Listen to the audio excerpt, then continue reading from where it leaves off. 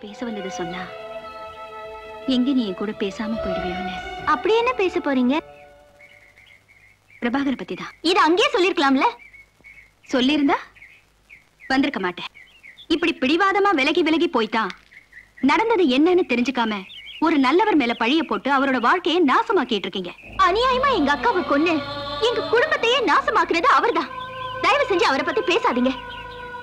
இப்படி நீ பேசிட கூடாதுன்னுதான் உங்க ரெண்டு குடும்பத்து பிரச்சனையிலையும் மூணாவது நபர் நான் தலையிட வேண்டான்னு இவ்வளவு நாள் பேசாம இருந்தேன். இனிமேல இருந்துருங்க. முடியாது. பிரபாகர் படுற வேதனையை பார்த்துட்டு இனிமேலும் என்னால பேசாம இருக்க முடியாது. அவரை பத்தி தெரிஞ்சுக்க வேண்டிய அவசியம் எனக்கு இல்ல. இருக்கு. மீனா இறந்து போனதுக்கு காரணம் பிரபாகர் அவளை பிடிக்கலன்னு சொன்னதுதானே நீங்க நினைச்சிட்டு இருக்கீங்க. இல்ல, மீனாவை பிடிக்கலன்னு பிரபாகர் சொல்லவே இல்ல. எனக்கு இப்ப கல்யாணம் வேண்டான்னு தான் அவங்க அம்மா கிட்ட சொல்லியிருக்காரு. அப்புறம் எதுக்கு போட்டோவை அனுப்புனாங்க? அவருக்கு தெரியாம அவங்க வீட்டுல அனுப்பிச்சிருக்காங்க. அப்புறம் எதுக்கு பொண்ணு பார்க்க வரணும்? அது அவங்க அப்பா அம்மா சந்தோஷத்துக்காக வந்திருக்காரு. அவங்க அப்பா அம்மா சந்தோஷமா இருக்கணும், நாங்க எங்க அக்காவை எழுந்துட்டு வேதனை படணுமா? இது நியாயமா? மஞ்சு, ஒவ்வொரு ஆம்பளைக்கும் தனக்கு வரப்போற மனைவியை பத்தி கனவும் கற்பனையும் இருக்கும். தன்னோட லைஃப் பார்ட்னரை செலக்ட் பண்ணிக்கிறதுல ஒரு ஆர்வம் இருக்கத்தான் செய்யும். பாக்குற எல்லா பொண்ணுங்களையுமே கல்யாணம் பண்ணிக்க முடியாது இல்லையா? இது யதார்த்தம். எது யதார்த்தம்? This is seating. வர வேண்டியது, பொண்ணு பார்க்க வேண்டியது, போய் லெட்டர் போடுறேங்கிறது, போன் பண்றேங்கிறது.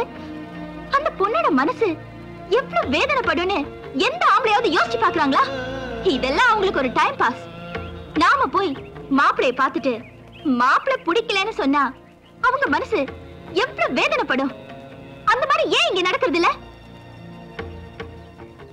நீ பேசுறதுக்கும் நான் கேட்கறதுக்கும் நல்லா தான் இருக்கு. ஆனா இதெல்லாம் பிராக்டிக்கல் லைஃப்ல நடக்கிற விஷயம் இல்ல. காதல்ல தோத்து போற ஒவ்வொரு பொண்ணும் பார்த்துட்டு பிடிக்கலன்னு சொல்றதுனால எல்லா பொண்ணுங்களும் தற்கொலை தான் முடிவுன்னு தேடிக்கிட்டா அப்புறம் இந்த உலகத்துல எந்த பொண்ணுமே உயிரோட இருக்க முடியாது. ஏன் என்னையே எடுத்துக்கோ. ஆரம்பத்துல நான் கூட தான் பிரபாகரை நேசிச்சேன். ஆனா அவர் என்னோட லவ்வை ஏத்துக்கல. அதுக்காக நான் என்ன தற்கொலையா பண்ணிக்கிட்டேன்? we are friends today. ஓஹோ, அதான் உங்க பழைய லவருக்காக சப்போர்ட் பண்ணி பேசுறீங்களா? படிச்ச பொண்ணு, நாகரிகம் தெரிஞ்சவ, சொன்னா புரிஞ்சுப்பேன்னு நினைச்சேன். நான் கூப்பிட்ட உடனே மரியாதை கொடுத்து என் கூட வந்ததுக்கு தேங்க்ஸ். இவ்வளவு நேரம் நான் பேசி உன்னோட டயத்தை வேஸ்ட் பண்ணிட்டேன். சாரி.